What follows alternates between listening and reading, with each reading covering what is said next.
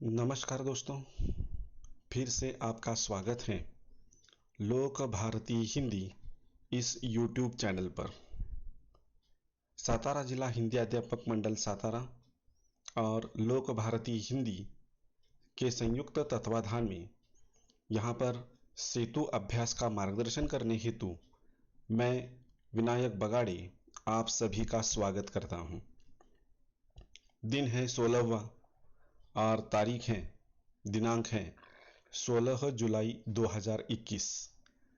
कक्षा है 10वीं और आज के हमारे क्षेत्र हैं श्रवण, पठन, लेखन, भाषण और अपेक्षित कौशल जो है वो है भाषण। छात्र अपने विचारों को भाषण अथवा संभाषण रूप में व्यक्त करने का प्रयास करेंगे। छात्र साहित्य को समझदारी से पढ़ने और उसका आनंद लेने में सक्षम बनेंगे। संकल्पना है गद्य। इसमें सबसे पहली कृति दी गई है, आओ पता करें। इसमें देखिए, शिक्षक निम्नलिखित उदाहरण प्रस्तुत करेंगे और छात्रों को गुट बनाकर विचार विमर्श करके पद्यांश के आकलन हेतु उन्हें प्रेरित करेंगे। यानी जो निम्नलिखित कविता की पंक्तियां दी हैं, इन पंक्तियों को प्रस्तुत करेंगे और छात्रों का गुट बनाकर उनमें इस पद्यांश का आकलन कितना हुआ है यह जानने की कोशिश करेंगे। तो देखते हैं यह पद्य पंक्तियां, जो कि पिछले साल की 9वीं कक्षा की जो किताब है उसमें पहली इकाई में पहली कविता चांदनी रात, जिसके कवि हैं मैथिली शरण गुप्त जी, इन्होंने यह कविता लिखी है और इस कविता की पंक्तियां यहां पर दी गई हैं। बंद नहीं अभी चलते हैं नियति नटी के कार्यकलाप, पर कितने एकांत भाव से, कितने शांत और चुपचाप। ये पंक्तियां यहां पर दी गई हैं। इसमें देखिए, चांदनी रात में ये जो शूर्पणखा है वह आकाश के मार्ग से जा रही है और पूर्णिमा की रात में जब वह धरती का सौंदर्य देखती है तो वह मोहित हो जाती है और वह सोचने लगती है कि यह जो नियति है, यह जो प्रकृति है, यह प्रकृति रात के अंधेरे में भी अपने जो कार्यकलाप हैं, जो क्रियाएं हैं, वह कभी बंद नहीं करती। चाहे इस सौंदर्य को कोई देखे या न देखे, यह प्रकृति हमेशा एक नटी की तरह, नटी अभिनेत्री, एक अभिनेत्री के कार्य वह जैसे करती है वैसे यह प्रकृति भी अपने आप को सजाती है, संवारती है, चाहे उसे कोई देखे या न देखे। और यह जो उसकी जो कार्यकलाप हैं, ये कार्यकलाप वह कितने एकांत भाव से करती हैं। इसका कोई ढिंढोरा नहीं पीटती कि देखिए मैं कितनी सुंदर हूं, मेरे जैसा सौंदर्य किसी में नहीं है, ऐसी बात वह कभी नहीं कहती और बिल्कुल चुपचाप और शांत एकांत भाव से यह प्रकृति अपने आप को सजाती है, संवारती है, चाहे कोई उसकी तारीफ करे या न करे। और ये सभी जो भाव चल रहे हैं, जो कार्यकलाप चल रहे हैं, एक अभिनेत्री की तरह हैं, वह कभी बंद नहीं होती। चाहे सारा संसार सो जाए, पूरा विश्व सो जाए, लेकिन यह प्रकृति अपने आप को सजाती है, संवारती है। और यह सुंदर दृश्य शूर्पणखा अपनी आंखों से देखती है और मंत्र मुग्ध हो जाती है। ऐसे इस कविता का भावार्थ है। आगे देखते हैं। छात्र स्वयं अध्ययन करके ऊपरयुक्त पद्यांश का अर्थ अथवा भावार्थ समझने की कोशिश करेंगे तथा गुट के अन्य छात्रों से चर्चा करेंगे। तो ये जो भावार्थ मैंने अभी बताया, यही भावार्थ ध्यान में रखकर इस कविता का पद्यांश या भावार्थ जो है वह छात्रों को एक दूसरे के साथ साझा करना है। अब इस पर कृतियां दी गई है। देखिए, कृति कारण लिखो। नियति को नटी इसलिए कहा गया है, यानी प्रकृति को नटी कहा गया है वो किस लिए? तो जिस तरह एक नटी अपने आप को सजाती है, संवारती है, वैसे ही यह नियति यानी प्रकृति अपने आप को सजाती है। इसीलिए नियति को नटी की उपमा दी गई है। दूसरी कृति देखिए, आकृति में लिखो। अ नियति नटी करती रहती है। क्या करती रहती है? तो इसके लिए शब्द आया है कार्यकलाप। तो उत्तर की चौखट में आपको कार्यकलाप ऐसा लिखना है। तीसरी कृति देखिए, आकृति पूर्ण कीजिए। नियति के एकांत भाव के विशेषण। अब यह जो नियति है उसका एकांत भाव किन विशेषणों से स्पष्ट होता है? दो शब्द है, पहला है शांत और दूसरा है चुपचाप। तो इस तरह से इन कृतियों के उत्तर यहां पर तैयार हो जाते हैं। आगे देखिए, अगली कृति दी गई है, आओ सक्षम बने। इसमें देखिए, शिक्षक इस संकल्पना को दृढ़ करने हेतु सर्वसमावेशक पद्यांश का चयन करेंगे और छात्रों के गुट बनाकर पद्य विश्लेषण करने हेतु प्रेरित करेंगे। इसमें शिक्षक एक मार्गदर्शक की भूमिका काफी महत्वपूर्ण है। एक पद्यांश का चयन करना है, चुनना है और छात्रों का गुट बनाकर उसमें इस पद्य का विश्लेषण करने हेतु उनको प्रेरणा देनी है, प्रोत्साहन देना है, ताकि यह छात्र गुट चर्चा में शामिल हो और अपने विचार वह स्पष्ट रूप से व्यक्त कर सके। देखते हैं अगली पंक्तियां। है बिखेर देती वसुंधरा, मोती सबके सोने पर, रवि बटोर लेता है उनको, सदा सवेरा होने पर। यहां पर देखिए, मैथिली शरण गुप्ता जी ने प्रकृति का मानवीकरण किया है। वसुंधरा इसका मतलब पृथ्वी या धरती। जब रात होती है तो रात के समय आसमान में अनेक मोती बिखरा दिए जाते हैं। जब हम सोते हैं तब सोने के बाद यह पृथ्वी, यह वसुंधरा आसमान में चमकीले मोती बिखरा देती है। इसका मतलब है कि जब रात होती है तो आसमान तारों से भर जाता है और टिमटिमाने लगता है, और रवि बटोर लेता है उनको सदा सवेरा होने पर। और जैसे ही सवेरा होता है वैसे यह रवि यानी सूर्य, यह सूर्य क्या करता है? ऐसे मोतियों को बटोर लेता है, इनको इकट्ठा वह करता है। कितनी सुंदर कल्पना यहां पर की है मैथिली शरण गुप्त जी ने। जैसे रात होती है तो पृथ्वी क्या करती है? अपने आंगन में मोती बिखरा देती है जो चमकते हैं, और जैसे ही सवेरा होता है, सूर्य आता है, तो यह सूर्य सुबह के समय इन मोतियों को इकट्ठा करता है। ऐसी कल्पना यहां पर की गई है। अब इस पर देखिए, शिक्षक छात्रों को ऊपर दिए हुए पद्यांश को सूर ताल के साथ गाने हेतु प्रेरित करेंगे।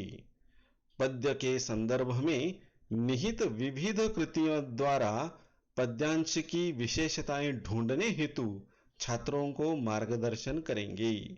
अब ये जो कृतियां हैं, इन कृतियों के द्वारा इस पद्यांश की क्या विशेषताएं हैं, इनको ढूंढने में छात्रों की मदद करेंगे, उनका मार्गदर्शन करेंगे। तो इस तरह से इस पद्यांश को सुर ताल के साथ गाना है, सुनना है और इसकी विशेषताओं को पहचानना है। इस पर एक कृति यहां पर दी गई है। देखिए, पहली है, निम्नलिखित कल्पना को व्यक्त करने वाली पंक्तियों का भाव लिखिए। भाव लिखना है। तारों का उदित होना, इसका भाव है वसुंधरा का मोती बिखराना। दूसरा है तारों का अस्त होना, इसका मतलब सूर्य का मोती बटोरना। ये भाव यहां पर स्पष्ट होता है। दूसरी कृति देखिए, निम्नलिखित अर्थ के शब्द पद्यांश से ढूंढकर लिखिए। अब ये निम्नलिखित शब्द कौन से देखिए, सूरज, तो सूरज के लिए ऊपर के पद्यांश में कौन सा शब्द आया है, उस शब्द को ढूंढकर यहां पर लिखना है। तो सूरज के लिए शब्द आया है रवि। दूसरा शब्द है हमेशा, हमेशा के लिए शब्द आया है सदा। तीसरा है सुबह और चौथा भी है सुबह। शायद यहां पर गलती से यह शब्द 2 बार हमारे सामने प्रस्तुत हुआ है।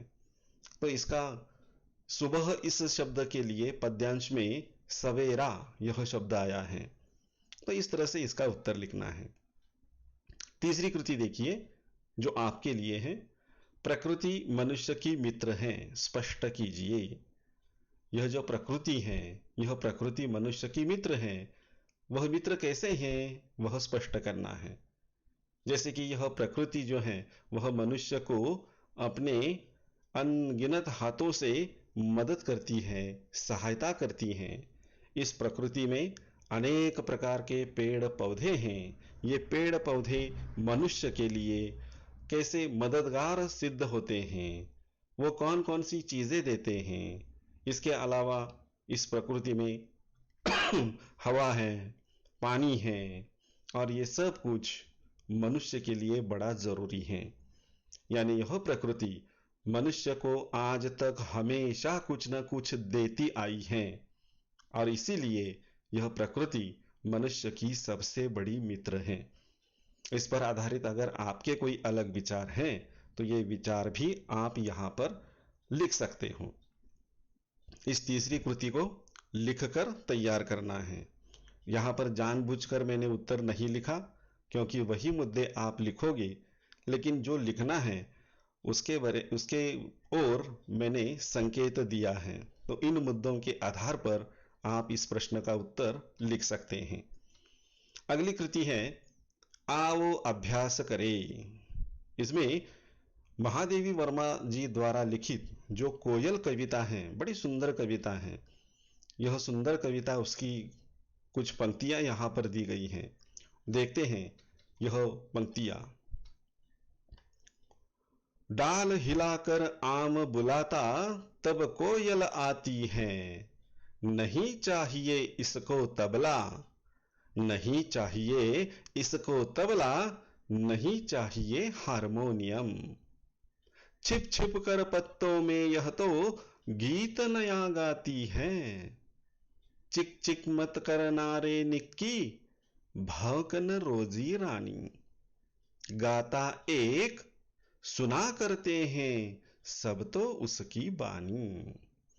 अब देखिए इस कविता के बारे में ऐसा कहा जाता है कि महादेवी वर्मा जो कि पालतू पशु पक्षियों के प्रति काफी स्नेह रखने वाली, प्रेम रखने वाली ऐसी यह कवयित्री, एक लेखिका।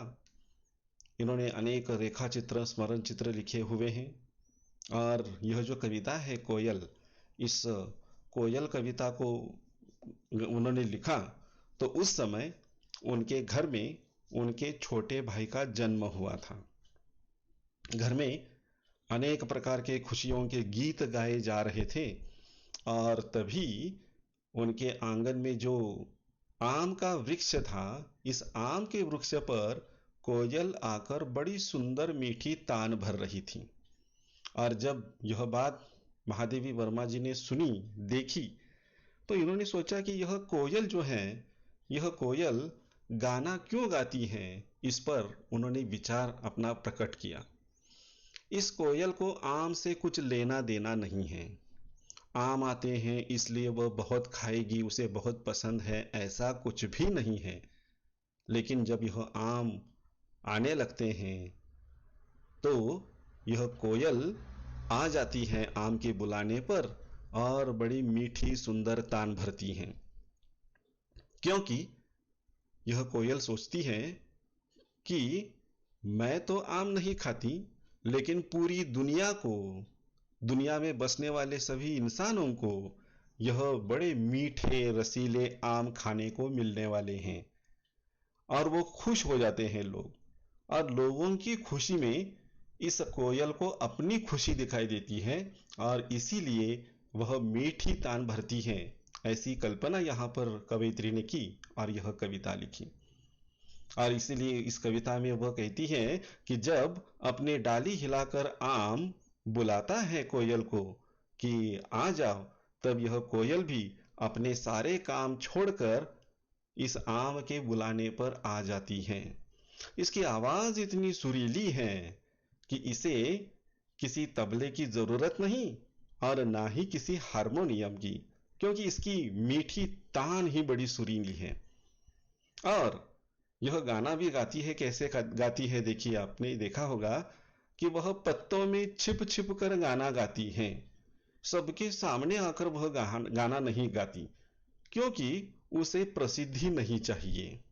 शायद इसीलिए वो पत्तों में छिप छिप कर गाना गाती है, बड़ी शर्मीली है। और ऐसी ही कोयल जब इनके आम के वृक्ष पर आकर गाना गा रही थी, तभी ये जो महादेवी वर्मा जी के घर में निक्की नाम का नेवला था, इस नेवले का पालन पोषण भी महादेवी वर्मा ने किया था। तो यह नेवला इस कोयल को देखकर चिक चिक करने लगता है, और चिक चिक करने से उसकी जो मीठी तान है उसके सुनने में बाधा आ जाती है। तब वह कहती है इस निक्की से कि चिक चिक मत करना रे निक्की। इसके अलावा उनके घर में एक कुतिया भी है, रोजी रानी, वो भौंकने लगती है। तो कवित्री उनको शांत कराती है, चुप कराती है कि चुप हो जाओ, क्योंकि वह एक अकेली ऐसी कोयल है कि जो गाना गाती है, बड़ा सुरीला गाना गाती है, और एक गाती है तो बाकी सब उसकी वाणी को ध्यान से सुनते हैं। इसलिए उसको परेशान मत करो, चुपचाप रहो और उसका गीत सुनो। यह भावार्थ है इन पंक्तियों का। शिक्षक छात्रों को ऊपरयुक्त काव्यांश के आधार पर निम्नलिखित कृतियां करने हेतु प्रेरित करेंगे तथा छात्रों को अन्य विविध कविताओं की सहायता से कविता का आशय स्वयं समझने के लिए प्रेरित करेंगे। अब देखिए, यह जो काव्यांश यहाँ पर दिया है, इस काव्यांश को ध्यान से पढ़ना है, सुनना है। इसके अलावा अन्य कविता का कोई पद्यांश छात्रों को दिया गया तो इसका पद्यांश, इसका भावार्थ क्या है, आशय क्या है, वो छात्रों की समझ में आना चाहिए। अब इन पंक्तियों पर देखिए, यहाँ पर कृतियां दी गई हैं। पहली कृति है आम बुलाता है। इसे किसे बुलाता है? इसे यानी कौन? कोयल। ऐसे कैसे बुलाता है? ऐसे कैसे? डाल हिलाकर। तो यहां पर चौखट में कोयल और डाल हिलाकर इन शब्दों को लिखना है। दूसरी कृति देखिए, कोयल को इसकी जरूरत नहीं है। अब कोयल को किन बातों की जरूरत नहीं है? दो चौखट यहां पर दी है, तो इसका मतलब दो शब्दों में इसका उत्तर है। पहला है तबला, इसकी कोई जरूरत नहीं है, और दूसरा है हारमोनियम, इसकी भी कोई आवश्यकता नहीं है। तीसरी कृति देखिए, पद्यांश में उल्लिखित पशु पक्षी। इस पद्यांश में कौन कौन से पशु पक्षी उनका उल्लेख किया गया है? तो जैसे कि मैंने आपसे कहा, कोयल है, नेवला है, कुत्ता है, तो इन पक्षियों का, पशु पक्षियों का उल्लेख यहां पर हुआ है। अगली कृति है डाल हिलाकर गीत नया गाती है तक। इन काव्य पंक्तियों का भावार्थ लिखिए। अब इनका भावार्थ यहां पर मैंने स्पष्ट किया है अपने शब्दों में, लेकिन यहां पर आपकी सुविधा के लिए यहां पर भावार्थ मैंने लिखा है।